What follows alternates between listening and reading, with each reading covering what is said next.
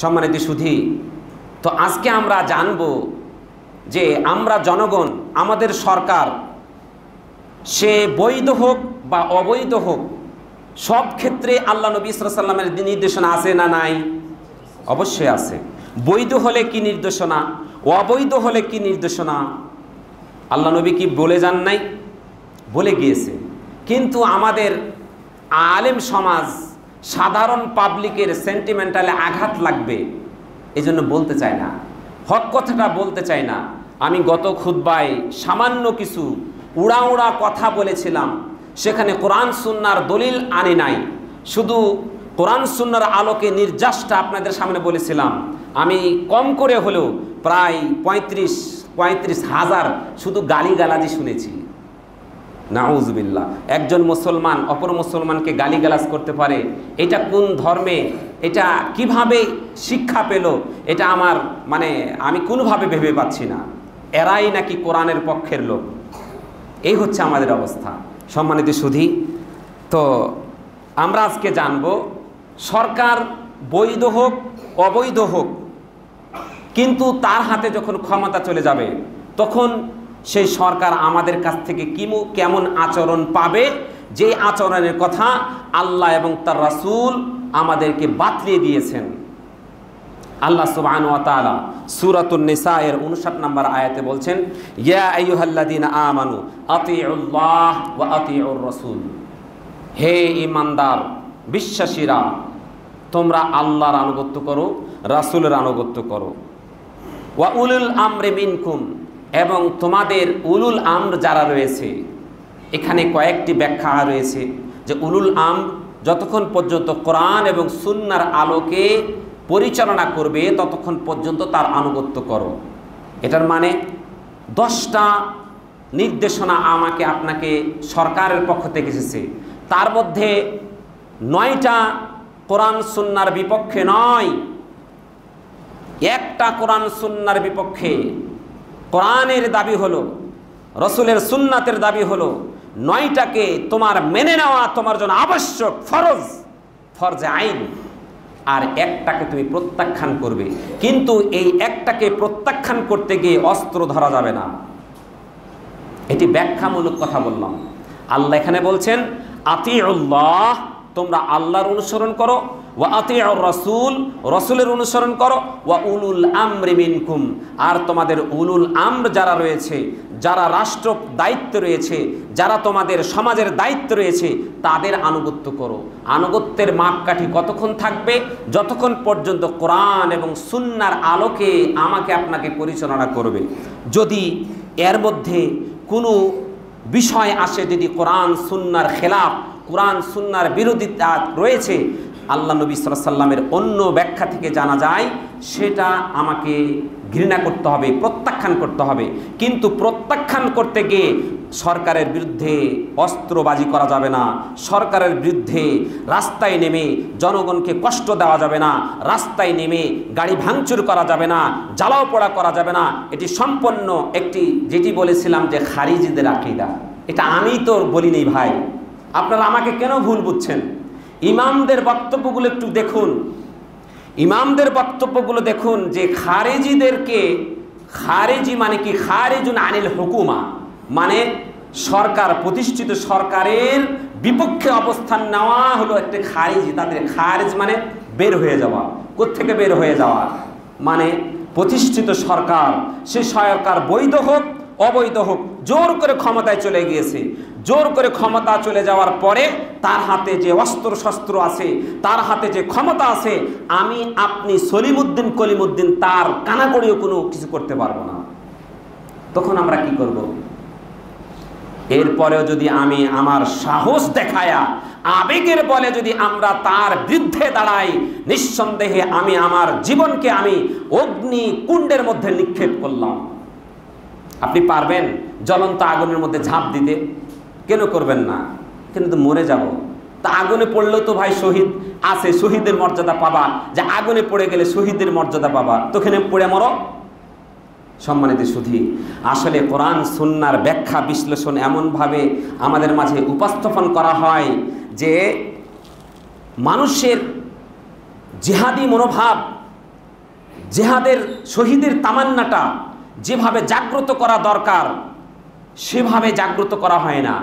প্রেক্ষাপটটা বুঝে না, কোন প্রেক্ষাপটে কি আলোচনা করলে শহীদের তামান্না আমরা পাবো, কিভাবে আমাদের জীবনটা আমরা দিলে শহীদ হব, এই সঠিক রাস্তাটা বলে না। মরলেই শহীদ, মরলেই শহীদ, এ আযবিল্লাহ। সম্মানিত সুধী, এরপরে একটি হাদিস দেখেন, আব্দুল্লাহ ইবনে সামিত রাদিয়াল্লাহু তাআলা আনহু, এই আয়াতের ব্যাখ্যা দেখেন। আব্দুল্লাহ ইবনে সামিত রাদিয়াল্লাহু তাআলা আনহুকে নবী করিম সাল্লাল্লাহু আলাইহি সাল্লাম নির্দেশ প্রদান করছেন, ইয়া আব্দুল্লাহ ইবনে সামিত, হে আব্দুল্লাহ ইবনে সামিত, জেনে রাখো তোমার সামনে থাকা যে সরকার রয়েছে, তোমার আনুগত্য করা, তার আনুগত্য করা তোমার উপর আবশ্যক। যদিও সেই সরকার হাবাসি গোলাম হয়ে থাকে, সে যদি প্রতিবন্ধী হয়ে থাকে, এক ঠ্যাং ল্যাংড়াও হয়ে থাকে, সে যদি বিকলাঙ্গ হয়ে থাকে, তারপরেও আল্লাহ নবী সাল্লাল্লাহু আলাইহি সাল্লাম আব্দুল্লাহ ইবনে সামিতকে বলছেন তার আনুগত্য করা তোমার জন্য আবশ্যক। তার ক্ষমতা তার হাতে চলে গিয়েছে, তার হাতে বিশাল। কতক্ষণ পর্যন্ত?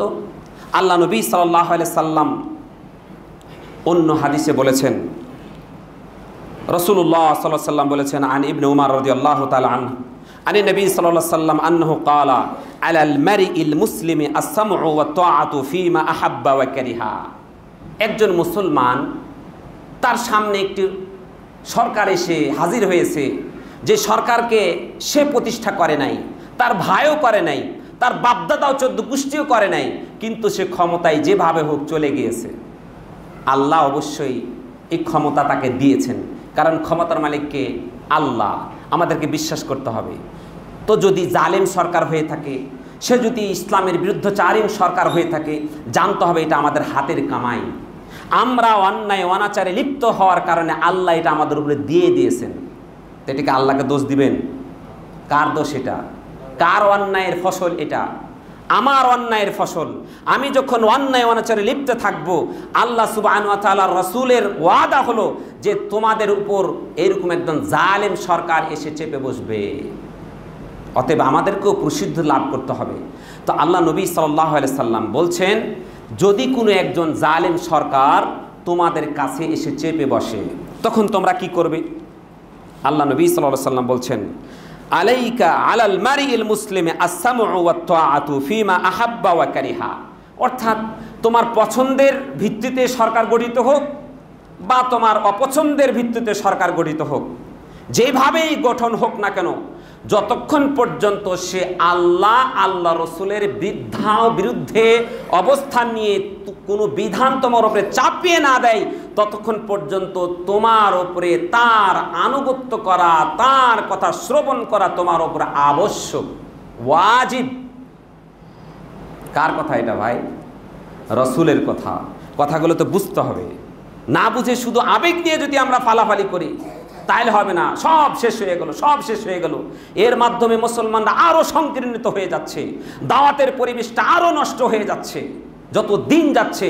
আজকে দেখেন, আর আগামীর দিনগুলোতে দেখেন, আগামী দিনগুলো, গত দিনগুলোতে আলেম ওলামা কোরআন সুন্নাহ নিয়ে বুক ফুলিয়ে কথা বলতো, একেবারে কোরআনের গভীর থেকে গভীরের কথাগুলো বের করে মানুষের সাথে প্রকাশ করা যেত। যত দিন যাচ্ছে আমাদের নির্বুদ্ধিতার কারণে, আমাদের কোরআন সুন্নাহর সঠিক ব্যাখ্যা গ্রহণ না করার কারণে আমাদের উপর কি আসছে? বিভিন্ন রকমের চাপ সৃষ্টি হচ্ছে। একটা তাফসির মাহফিল করলে ডিসির কাছ থেকে অনুমতি নিতে হয়, ডিসি অনুমতি দিলে দিবে, না হলে হবে না। কেন এগুলো এসেছে? কারণটা কি? একটু ভাবতে হবে। না ভেবে শুধু আবেগ নিয়ে আমরা চিন্তা করলে হবে না। আল্লাহ নবী সাল্লাল্লাহু আলাইহি সাল্লাম এ কথাই বলছেন, যতক্ষণ পর্যন্ত একটা রাষ্ট্র যখন আল্লাহ এবং তার রাসূলের বৃদ্ধাচারণে তোমার কাছে কোনো আইন চাপিয়ে না দেওয়া পর্যন্ত, তোমার পছন্দের সরকার হোক, তোমার অপছন্দের সরকার হোক, যাই হোক না কেন, তার আনুগত্য করা তোমার ফরজ। তবে তোমার উপর 10টা নিয়ম, 10টা কানুন চাপিয়ে দিয়েছে, তার মধ্যে 9টাই কল্যাণকর, কোরআন সুন্নাহর খেলাফ না, একটা অকল্যাণকর, একটা কোরআন সুন্নাহকে আঘাত করে, তুমি সেই মুসলিম হিসাবে তুমি সেই কথাটাকে প্রত্যাখ্যান করবে, সেটাকে তুমি মানবে না, সেটাকে তুমি ঘৃণা করবে, সেটাকে তুমি এড়িয়ে চলবে। এটা হলো ঈমানের একটা স্তর। আমরা কি করি? বিরোধী দল, এগুলো তো ভাই মানে কি বলবো, আব্রাহা লিঙ্কনের কি ইসলামী দল বলেন আর কি অন ইসলামিক দল বলেন, এই কথাগুলো অনেকের আঘাত লাগতে পারে। ইসলামী দল বলেন আর অন ইসলামিক দল বলেন, সবাই কিন্তু পয়সার এপিঠ ওপিঠ। ইসলামের নাম দিয়ে যারা ক্ষমতায় যাওয়ার জন্য, ইসলাম প্রতিষ্ঠা করার জন্য যারা চেষ্টা করছে, আপনি তাদেরকে দেখেন। যখন এই আওয়ামী লীগ যখন বিরোধী দলে ছিল, তারাও বিএনপির পক্ষ, বিএনপিকে সরানোর জন্য রাস্তায় মিছিল করেছে, মানুষকে হত্যা করেছে, মানুষের মানে স্থাপনাকে জ্বালাও পোড়াও করেছে, তারা গাড়ি জ্বালাও পোড়াও করেছে। ঠিক অনুরূপভাবে এখন আওয়ামী লীগ ক্ষমতায় আছে, বিএনপি জামাত করছে। সম্মানিত সুধী, এগুলো কি শরীয়ত সম্মত? আল্লাহ নবী সাল্লাল্লাহু আলাইহি সাল্লাম বলেছেন, ঈমানের 70টারও বেশি শাখা প্রশাখা আছে, 70টারও বেশি। তার মধ্যে সর্বনিম্নতম হচ্ছে একটা রাস্তা থেকে মানুষের কষ্টদায়ক, এখানে বলা হয় না মুসলিম, মানুষের কষ্ট পাবে, রাস্তাতে চলতে গেলে পথিক কষ্ট পাবে, এমন কষ্টদায়ক বস্তু আমাকে আপনাকে সরিয়ে দেওয়া একটা ঈমানের 70টা শাখা পোশাকের অধিক যেই রয়েছে, অর্থাৎ তাহলে এটা 70টার মধ্যে একটি ঈমানের শাখা। তাহলে রাস্তা থেকে কষ্টদায়ক একটা কাঁটা, একটা কি বলবো, মানুষের কষ্ট হয় এমন একটা জিনিস সরিয়ে দেওয়া ঈমানের একটি অঙ্গ, একটি শাখা। তাহলে আপনি একটা বিধানকে চালু করার জন্য, আমি জানলাম যে কোরআনের আইন প্রতিষ্ঠা করার জন্য আপনি কি করছেন? রাস্তায় হাজার হাজার নিরীহ মানুষেরকে গাড়ি ভাঙচুর করছেন, হাজার হাজার মানুষের কষ্ট দিচ্ছেন। তাদের কি অপরাধ? এটি এগুলো ইসলামের পন্থা নয়, এগুলো ইসলামিক নির্দেশনা নয়। আপনি কি কোরআনের ওপর পাড়া দিয়ে আপনি কি ইসলাম প্রতিষ্ঠা করবেন? আপনি কি ইসলামের ওপর লাঠি দিয়ে আপনি ইসলাম প্রতিষ্ঠা করবেন? এটা কি সম্ভব? কেন বুঝেন না? ইসলাম প্রতিষ্ঠা করতে হবে আল্লাহ এবং তার রাসূলের রাস্তায়। জেনে রাখবেন, ধর্মকে অবমাননা করে, রাসূলুল্লাহ সাল্লাল্লাহু আলাইহি ওয়াসাল্লামের নির্দেশনাকে অপমাননা করে ইসলাম প্রতিষ্ঠা করা, এটি যেন সেই মরুভূমিতে ঝর্ণার আশা করা। প্রজেক্ট গ্রহণ করেছেন, মরুভূমির মধ্যে ঝর্ণা করবেন, 100 কোটি টাকা, সবগুলো বিফলে যাবে। মরুভূমির বালু থেকে কি ঝর্ণা বেরিয়ে আসবে? 100 কোটি টাকাই বিফলে যাবে। অতএব আপনি 100 প্রাণও যদি দেন, আব্রাহাম লিঙ্কনের পদ্ধতিতে আমরা ইসলামের খোলস দিয়ে, ইসলামের নাম দিয়ে যত রকমের জ্বালাও পড়াও অন্যায় করি না করো, নিঃসন্দেহে এটি কোরআন এবং সুন্নাহকে একেবারে আঘাত করে আপনি করছেন। এর মাধ্যমে আপনি জীবনেও কখনেও ইসলাম প্রতিষ্ঠা করতে পারলেও আপনি সুখী হবেন না, আপনি কোনোভাবেই দেশ পরিচালনা করতে পারবেন না। আপনি কি আল্লাহ নবী সাল্লাল্লাহু আলাইহি সাল্লামের 13 বছরের মক্কার জীবন ভাই একটু দেখেন না? আল্লাহ নবী কি সে সময় এত কষ্ট করার পরেও আল্লাহ নবী কি কার উপরে ঝাঁপিয়ে পড়েছিলেন? আল্লাহ নবী সাল্লাল্লাহু আলাইহি সাল্লামের মক্কার প্রান্তরে সিজদারত অবস্থায় আবু জাহাল, উতবা, সাইবা তারা এসে কি করেছিল? উটের ভুঁড়ি চাপিয়ে দিয়েছিল। আল্লাহ নবী তাদের জন্য বদদোয়া করেছিলেন। কেন করেছিলেন? তার সামর্থ্য নেই, তাদের মতো ক্ষমতাধারী অস্ত্রধারীদের বিরুদ্ধে দাঁড়ানোর মতন ক্ষমতা নেই। আল্লাহর কাছে ছেড়ে দিয়েছিলেন। আল্লাহ সুবহানাহু ওয়া তাআলা বলেছেন, ফাত্তাকুল্লাহ মাস্তাতাতুম, তোমাদের সাধ্যমতো তোমরা আমাকে ভয় করো। লা ইউকাল্লিফুল্লাহু নাফসান ইল্লা উসআহা, আল্লাহ মানুষের সাধ্যের বাইরে কিছুই চায় না।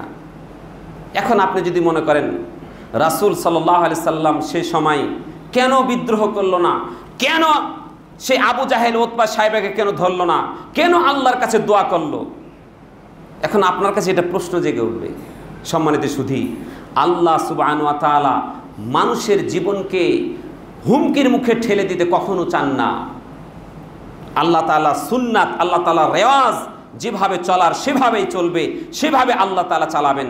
অতএব আমাদের আবেগকে অবশ্যই আমরা নিয়ন্ত্রণ করব শরীয়তের দলিল দ্বারা। শরীয়তের দলিল দ্বারা যদি আমরা আবেগকে নিয়ন্ত্রণ না করি, নিঃসন্দেহে আমাদের ইহকালীন এবং পরকালীন নষ্ট হয়ে যাবে। আমরা এই হাদিস থেকে বুঝতে পারলাম যে একজন সরকার বৈধ অবৈধ যাই হোক না কেন, আপনি দেখেন ভাষাগুলো, শব্দগুলো দেখেন, আল্লাহ রসুলের শব্দগুলো দেখেন। আল্লাহ নবী বলছেন আলাল মারই আল মুসলিম, মুসলিম ব্যক্তির উপর ওয়াজিব, আবশ্যক কি আসসামউ ওয়া তাআতু, আসসামউ শ্রবণ করা অর্থাৎ তার দিক নির্দেশনা মেনে নেওয়া, ওয়া তাআতু এবং তার আনুগত্য করা, ফিমা আহাব্বা ওয়া কারিহা, ওই সব বিষয়ে, অর্থাৎ সেই সরকার বৈধ অবৈধ তার পছন্দের অপছন্দের যাই হোক না কেন, সর্ব অবস্থায় তার কথা মেনে নেওয়া, তার আনুগত্য করা আবশ্যক। এরপরে আল্লাহ নবী সাল্লাল্লাহু আলাইহি ওয়াসাল্লাম একটা ইস্তিসনা করতেছেন, আল্লাহ নবী সাল্লাল্লাহু আলাইহি ওয়াসাল্লাম বাদ দিতেছেন, ইল্লা আইয়ুআম্মিরা বিমাসিয়াতিন, তবে যদি তোমাদেরকে কোনো কোরআন সুন্নাহকে কুরবানি করার কোনো আইন তোমাদের উপরে চাপিয়ে দেয়, সেটাকে তুমি মানবে না, সেটাকে তুমি মানবে না। ফাইন আমারা বিমাসিয়াতিন, যদি কোনো মাসিয়া, কোনো এরকম বৃদ্ধাচারণে কোনো আদেশ দান করে, লা সামআ ওয়ালা তুআতা, এখানে আনুগত্য করা যাবে না এবং তার কথাও শোনা যাবে না। সম্মানিত সুধী, এই হচ্ছে আল্লাহ নবী সাল্লাল্লাহু আলাইহি সাল্লামের কথা। এখন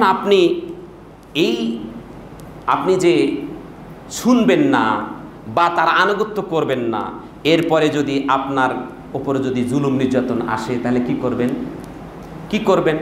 রাসূলুল্লাহ সাল্লাল্লাহু আলাইহি সাল্লাম অন্য হাদিসের মাধ্যমে সাব্যস্ত হয়েছে, সেই সময়তেও আপনি অস্ত্র ধরতে পারবেন না। আপনি যদি অস্ত্র ধরেন তাহলে আপনি বড় ভুল করবেন। অস্ত্র একটা প্রতিষ্ঠিত সরকারের বিরুদ্ধে ততক্ষণ পর্যন্ত ধরা যাবে না যতক্ষণ পর্যন্ত আপনার সামর্থ্য না হয় যে এই জালেম সরকারকে হটিয়ে দিয়ে আমি একটি ইসলামী সরকার প্রতিষ্ঠা করব, এবং এই সরকার প্রতিষ্ঠা করতে গিয়ে সাধারণ মানুষের জান মালের নিরাপত্তা হুমকির মুখে যেন না চলে যায়। যদি চলে যাওয়ার আশঙ্কা থাকে, কোশ্চেন কালেও ইসলাম এটাকে সাপোর্ট করে না। উদাহরণ, আপনি সাদ্দাম, ইরাকের সাদ্দামের কথা স্মরণ করেন তো। সে যখন ক্ষমতায় ছিল, তার বিরুদ্ধে তার দেশের জনগণ বিরুদ্ধাচারণ করেছে। সে নাস্তিক, সে জালিম, সে অত্যাচার করছে, সে করছে, ওই করছে। দেশের কিছু লোক বিরোধিতা করে, আন্দোলন করে বহির শত্রুকে প্রবেশ করিয়ে দিয়ে সাদ্দামকে ধ্বংস করলো। আজ পর্যন্ত সেই দেশে শান্তির বার্তা বহে নাই। এখনই ওই জনগণগুলি বলছে, যেগুলো সাদ্দামের বিরোধিতা করছে, তারাও বলছিল সাদ্দামই আমাদের ভালো ছিল। এখন তো আমাদের জীবনটা একেবারে হুমকির মুখে চলে গিয়েছে, না আমরা ঠিক মতন আয় রোজগার করতে পারছি, না আমাদের কোনো নিরাপত্তা আছে। বরঞ্চ আরও সেখানে যারা আহলে সুন্নাত ওয়াল জামাত ছিল, তারা নির্বিঘ্নে ইসলামের বিধিবিধানগুলো পালন করতে পারত।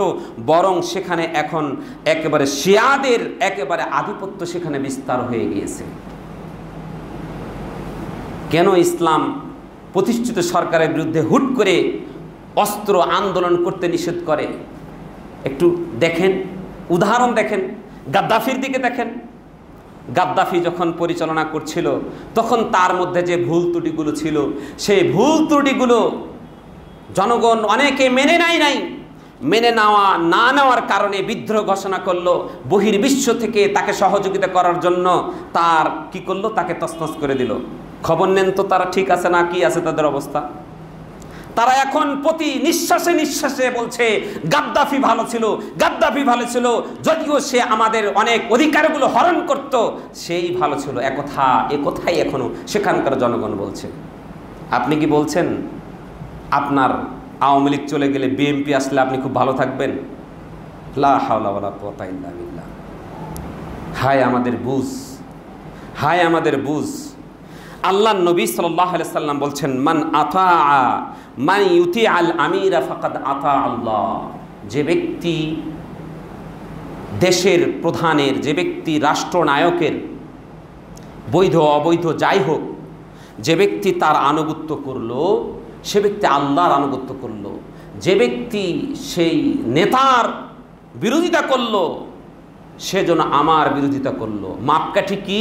সে যদি আপনাকে ইসলাম বিদ্বেষী আইন, একজন মন্ত্রী সে বলল কি ইসলাম আইন, ইসলামিক রাষ্ট্রের ধর্ম ইসলাম, এটা থাকবে না। ও বলছে, এখন ওর কি একাই ক্ষমতা আছে? আচ্ছা বলেন তো, ও বলেছে এটা যদি বাস্তবায়ন করে আমাদের যে শক্তি সামর্থ্য, এটাকে আমরা ঠেকিয়ে রাখতে পারবো? ঠেকিয়ে রাখতে পারবো না। তা আমাদের করণীয়কে কি করব? আল্লাহ নবী সাল্লাল্লাহু আলাইহি সাল্লামের অন্য হাদিস দ্বারা সাব্যস্ত যে আমাদের যারা আমরা আলেম সমাজ আছি তারা যদি হাঙ্গামা না করে, জনগণকে মিথ্যা শহীদি তামান্না না দিয়ে আমরা আলেমরা যদি সরকারের সাথে বসে চেষ্টা করি যে সরকার বাহাদুর তুমি যে কাজগুলো করছো, 100 জন মানুষের মধ্যে 95 জন মুসলমানের আঘাতে তুমি কষ্ট দিও না। তুমি যদি কষ্ট দাও তাহলে জেনে রাখো, তুমি আল্লাহকে বিশ্বাস করো আর না করো, একদিন তোমার এই ক্ষমতা ভেঙে যাবে, চুরমার হয়ে যাবে এবং তুমিও শান্তি পাবে না। যদি এভাবে বুঝের মাধ্যমে, আমার যতটুকু বিশ্বাস, এভাবে যদি কোনো সরকার প্রধানকে যদি বুঝ দেওয়া হতো তাহলে অবশ্যই মনে হয় বুঝতো। তা না করে আন্দোলনের মাধ্যমে জনগণকে উত্তপ্ত করে দেয়। আমি একটা ভিডিও ফুটেজ দেখে আশ্চর্য হয়ে গেলাম। পুলিশে গুলি করছে আর আবেগী মুসলমান সে রাস্তায় সিজদা করতেছে। কত বড় তামান্না তার ভিতরে তৈরি হয়েছে! আল্লাহু আকবার! চিন্তা করতে পারেন? চিন্তা করতে পারেন? তার বিশ্বাস এই পুলিশের গুলিতে যদি আমি মারা যাই তাহলে আমি শহীদ হব, আমি জান্নাতে যাব। মনে রাখবেন, শহীদ হওয়ার জন্য পূর্ব শর্ত হলো, যেটা প্রকৃত শহীদ, শহীদের হুকুম একটা, পানিতে ডুবে মরেছেন, বাচ্চা হতে গিয়ে মারা গিয়েছে, চাপা পড়ে মারা গিয়েছে, আগুনে পুড়ে মারা গিয়েছে, এগুলো শহীদের হুকুম, অর্থাৎ শহীদের মর্যাদা পাবে। কিন্তু শহীদ বিনা গোসলে, বিনা কাফনে তাকে সমাহিত করা যে শহীদের মর্যাদা, সেটা নয়। তাহলে আপনি বলতে পারেন আল্লাহ নবী সাল্লাল্লাহু আলাইহি সাল্লামের হাদিসের ভিত্তিতে যদি শহীদ অর্থাৎ যাকে জিহাদ বলা হয়, সে জিহাদের শর্ত যদি যেই যুদ্ধে পাওয়া যাবে না, মুসলমান অপমুসলমানের পক্ষ থাকতে হবে। ব্যাপারটা বুঝেছেন? আপনি কি মনে করেন সব পুলিশ মুশরিক কাফের? মনে করেন? আপনারই তো সন্তান ওখানে আছে। আপনি কেমন বাপ আপনার সন্তানটা সেখানে গিয়ে কোরআনের বিরুদ্ধে কথা বলে? লজ্জা হয় না? আর্মিতে যে আছে সেও তো আপনার সন্তান, লজ্জা হয় না? কেমন সন্তান জন্ম দিলে মুসলমানের বাচ্চা হয়ে? 100 জন আরবির মধ্যে কয়জন হিন্দু খ্রিস্টান বৌদ্ধ আছে? লজ্জা হয় না? কেমন সন্তান পয়দা করেছ? এই সন্তান গিয়ে ইসলামের বিরুদ্ধে সরকারের পক্ষ নিয়ে কথা বলছে। রসুলের নীতি হচ্ছে আগে বাহিনী গঠন করতে হবে। কি বাহিনী? আল্লাহ নবী সাল্লাল্লাহু আলাইহি সাল্লাম 13 বছরের সেই মক্কি জীবনে আল্লাহ নবী সাল্লাল্লাহু আলাইহি সাল্লামকে যখন ক্ষমতা দেওয়ার জন্য প্রস্তাব করেছিল, নাও মুহাম্মদ তুমি ক্ষমতা নাও, তোমাকে ক্ষমতা দিয়ে দিচ্ছি, মুহাম্মদ সেই ক্ষমতাকে প্রত্যাখ্যান করেছিল। কারণ কি? কারণ তিনি নিশ্চিত ছিলেন আবু জাহেলের ছাত্রের উপর আমার আধিপত্য বিস্তার করা কোনোভাবেই সম্ভব নয়। আমি একটা আইন দিব আল্লাহর পক্ষ থেকে, বলবে মানি না। অতএব আমার প্রথম ভূমিকা হলো আবু বকরের মতো বাহিনী গঠন করতে হবে, উমরের মতো সেনাপতি গঠন করতে হবে, উসমানের মতো নেতা তৈরি করতে হবে, আলীর মতো নেতা তৈরি করতে হবে। এই নেতার কাজে তিনি 13টি বছর, এমনকি নিজের মাতৃভূমি পর্যন্ত তিনি ত্যাগ করেছেন এই নেতা, এই ইসলামের ঝান্ডাবাহী সেই পতাকা তৈরি করার জন্য।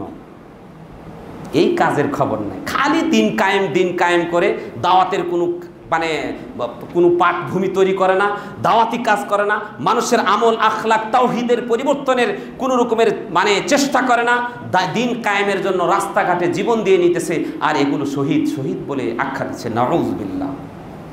আল্লাহ নবী সাল্লাল্লাহু আলাইহি ওয়াসাল্লাম বলছেন, আল কাতিলু ওয়াল মাকতুলু কিলাহুমা ফিন নার। হাদিসটা পড়েন না? একজন হত্যাকারী আর হত্যাকৃত উভয়ে জাহান্নামী। এই হাদিসের ব্যাখ্যা কি, এর মানেটা কি? আপনি আর একজন কোনো বিষয় নিয়ে পরস্পরের মধ্যে যুদ্ধ করছেন, মারামারি করছেন, আপনি মনে করলেন আপনি কোরআনের পক্ষে যুদ্ধ করছেন, কিন্তু যেভাবে করা দরকার সেইভাবে আপনি করছেন না, যেভাবে জিহাদ করার শর্ত শারায়েত আছে সেইভাবে আপনি যুদ্ধ জিহাদ করছেন না, আপনি পুলিশের সাথে মারামারি করছেন। আপনার উভয়ের লক্ষ্য কি ছিল? আপনি পুলিশকে মারবেন আর পুলিশ মনে করছে আপনাকে মারবো। এই দুই পক্ষে উভয়কে হত্যা করার জন্য মরিয়া হয়ে চেষ্টা করছে। উভয় মুসলমান না উভয় কাফের? মুসলমান। বাঙালি বুঝো না? জিহাদ কার বিরুদ্ধে করতে হবে? কাফের বিরুদ্ধে করতে হবে। আল্লাহ নবী মুনাফিকের বিরুদ্ধে যুদ্ধ করে নাই। মুনাফিক কাফেরদের চাইতে ভয়ঙ্কর, তারপর আল্লাহ নবী সাল্লাল্লাহু আলাইহি ওয়াসাল্লাম তার প্রকাশ্যভাবে তার সাথে যুদ্ধ করেন নাই। তুমি আরেকজন মুসলমানে তোমরা দুই পক্ষ হয়ে তুমি শাহাদাতের তামান্না তুমি চাচ্ছ। আল্লাহ নবী বলছেন কাতিলু ওয়াল মাকতুলু কিলাহুমা ফিন্নার, হত্যাকারী হত্যাকৃত উভয়ই জাহান্নামী হবে। কারণ একজন আরেকজনকে মারার জন্য মরিয়া হয়েছিল, একজন আরেকজনকে মেরে একজন বিজয় হয়েছে। বেঁচে থেকেও সে জাহান্নামী, আর যে মরেছে সেও জাহান্নামী।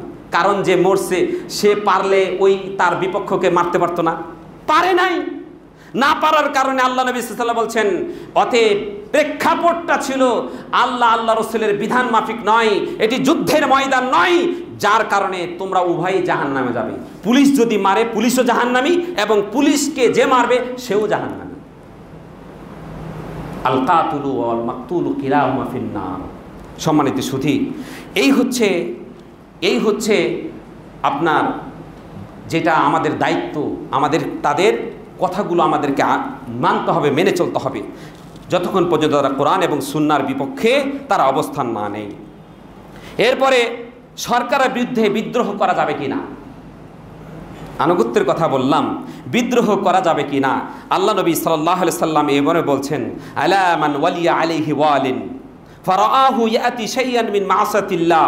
তোমরা সাবধান, কোনো ব্যক্তিকে যখন কারো উপর দায়িত্বশীল বানানো হয়, অতঃপর সে দায়িত্বশীল ব্যক্তির আল্লাহর অবদ্ধতার কিছু করে ফেলে, তাহলে সে আল্লাহর অবদ্ধতাকে ঘৃণা করবে। এটা হলো পাবলিকের কাজ। কেউ ক্ষমতা পেয়ে গেছে, পেয়ে গিয়ে কী করবে? সেটাকে ঘৃণা করবে যে তুমি রাষ্ট্রপ্রধান, তুমি যেভাবে হয়ে গিয়েছো, ক্ষমতা তোমার কাছে চলে গিয়েছে, তুমি আল্লাহর বিরুদ্ধে কথা বলছো, এটাকে আমি ঘৃণা করি, প্রত্যাখ্যান করি। কোনো কর্মে তার বিরুদ্ধে আনুগত্য থেকে গুটিয়ে নেবেন না। আল্লাহ নবী সাল্লাল্লাহু আলাইহি ওয়াসাল্লাম হাদিস বলছেন, কি বলছেন? ফায়াকরাহু মা ইয়াতি মিন মাসাতিল্লাহ। সরকার বাহাদুর কোরআন সুন্নাহর বাইরে যেই বিধানটা আমার উপরে চাপিয়ে দিয়েছে সেটা আমরা কি করব? ঘৃণা করব, প্রত্যাখ্যান করব। কিন্তু আল্লাহ নবী সাল্লাল্লাহু আলাইহি ওয়াসাল্লাম বলছেন ওয়ালা ইয়ানজিআন্না ইয়াদান মিন তাআতিন। দেখেন, একবারে তাকিদের সিগাতে বলছে, নুনে তাকিদের সিগা। অবশ্যই আনুগত্যের হাত তার কাছ থেকে গুটিয়ে নেবে না। ভাই, হাদিসটা তো মুসলিম শরীফের হাদিস। কি বুঝলেন এই হাদিস তারা? অর্থাৎ সরকার আমাকে 10টা আইন চাপিয়ে দিয়েছে, 10টার মধ্যে একটা আইন কি? কোরআন সুন্নাহ বিরোধী, আর 9টাই ঠিক ছিল, ঠিক আছে। একটার জন্য আল্লাহ নবী সাল্লাল্লাহু আলাইহি ওয়াসাল্লামের নির্দেশনা হলো সেটাকে তোমরা ঘৃণা করবে, মেনে নিবে না, আনুগত্য করবে না। আর কি করবে না? তোমার হাত আনুগত্যের একটার কারণে আর 9টাকে বিরোধিতায়, দেখেন না সংসদে কি করে? বিরোধিতা করতে হবে। সবাই বলছে এটা ভালো জিনিস, কিন্তু বিরোধী দলের যদি বিরোধিতা না করে তাহলে তার এটার কোনো দাম থাকলো না। এমনটা হওয়া যাবে না ভাই। আল্লাহ আপনাকে বিবেক দিয়েছে, বিবেক অনুপাতে আপনাকে সেখানে সঠিক বিঠিকটা আপনাকে অবশ্যই তুলে ধরতে হবে। তাহলে আপনি সেটাকে প্রত্যাখ্যান করবেন। কোরআন সুন্নাহর বিপক্ষে যে আইনটা করেছে সেটাকে আপনি প্রত্যাখ্যান করবেন, করার পরেও আর বাকিগুলোতে আপনি কি করবেন? আল্লাহ নবী সাল্লাল্লাহু আলাইহি ওয়াসাল্লাম বলছেন কখনোই তুমি তার কাছ থেকে আনুগত্যের হাত গুটিয়ে নেবে না। এটি হলো সহিহ মুসলিমের হাদিস।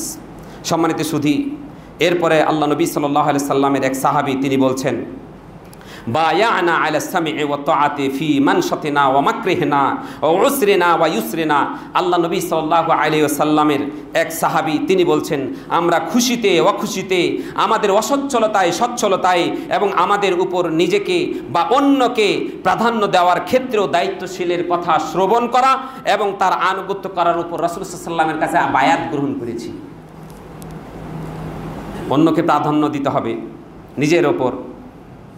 আমাদের দুঃখ কষ্ট, আমরা অসচ্ছল, তারপরেও সেই সরকারকে মেনে নিতে হবে, এই মর্মে আমরা বায়াত গ্রহণ করেছি। আল্লাহ নবীর সে সাহাবী বলছেন, আরও একটা ব্যাপারে আমরা বায়াত গ্রহণ করেছি যে সামান্য কোনো কারণে আমরা সেই সরকারের বিরুদ্ধে কি করব না, আমরা হস্তক্ষেপ করব না, বিদ্রোহ করব না। এটি আল্লাহ নবী সাল্লাল্লাহু আলাইহি ওয়াসাল্লামের দিক নির্দেশনা। সম্মানিত সুধী, এখন কথা হলো, যদি আমরা আমাদের সরকারের বিরুদ্ধে আমরা যখন দেখি ইসলামের বিরুদ্ধাচারণে কিছু করছে, তখন আমাদের ভূমিকাটা কি, আল্লাহ রাসূল সাল্লাল্লাহু আলাইহি সাল্লামের সেটা কি দিক নির্দেশনা রয়েছে। একদা আল্লাহ নবী সাল্লাল্লাহু আলাইহি সাল্লামের এক সাহাবী জিজ্ঞাসা করলেন, ইয়া রাসূলুল্লাহ, আমরা আমাদের সরকারের প্রধানের সাথে আমাদের কীরকম আচরণটা হবে? আল্লাহ নবী সাল্লাল্লাহু আলাইহি সাল্লাম বলছেন যে তোমাদের যে সরকার, সে সরকারের কিছু ভালো কাজও করবে, কিছু খারাপ কাজও করবে। সাহাবী জিজ্ঞাসা করলেন, ইয়া রাসূলুল্লাহ, যখন খারাপ কাজ করবে তখন আমাদের ভূমিকাটা কী হবে, আমাদের কাজ কি হবে? আল্লাহ নবী সাল্লাল্লাহু আলাইহি ওয়াসাল্লাম বলছেন, তোমাদের ভূমিকা হবে তার আনুগত্য করা। তোমাদের ভূমিকা কি হবে?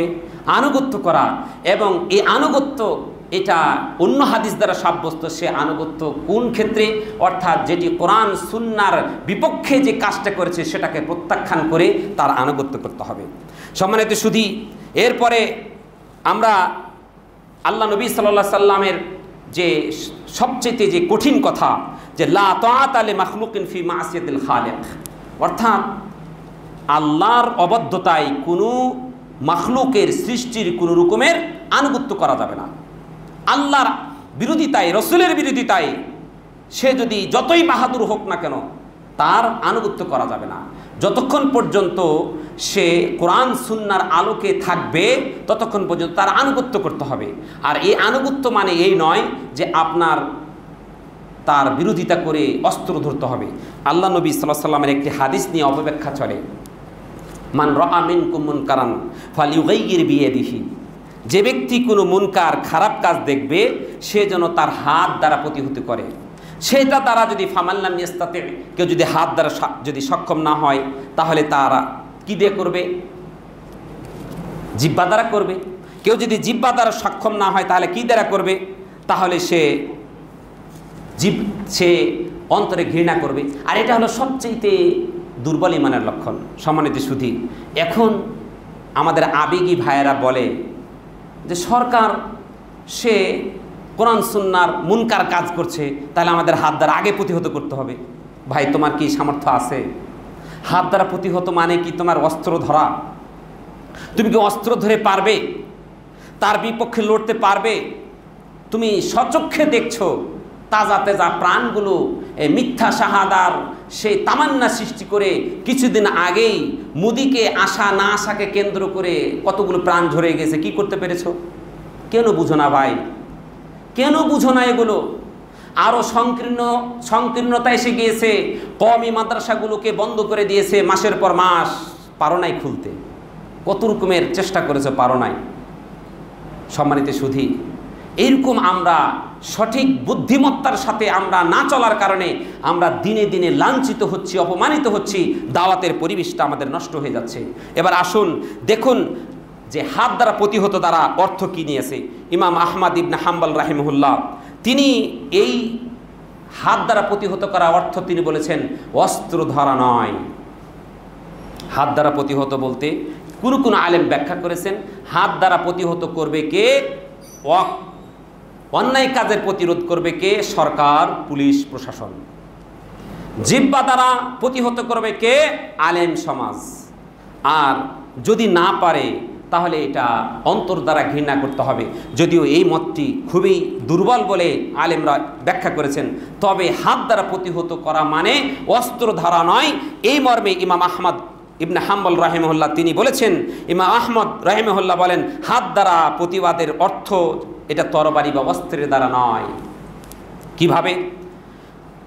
একটা দেখেন যে আব্দুল্লাহ রাহিমাহুল্লাহ তিনি বলছেন যে আহলে কিতাবদেরকে তিনি দেখলেন তারা দুই দলে কি করছে, ঝগড়া বিবাদ করছে, আর রাস্তা দিয়ে আব্দুল্লাহ যাচ্ছেন।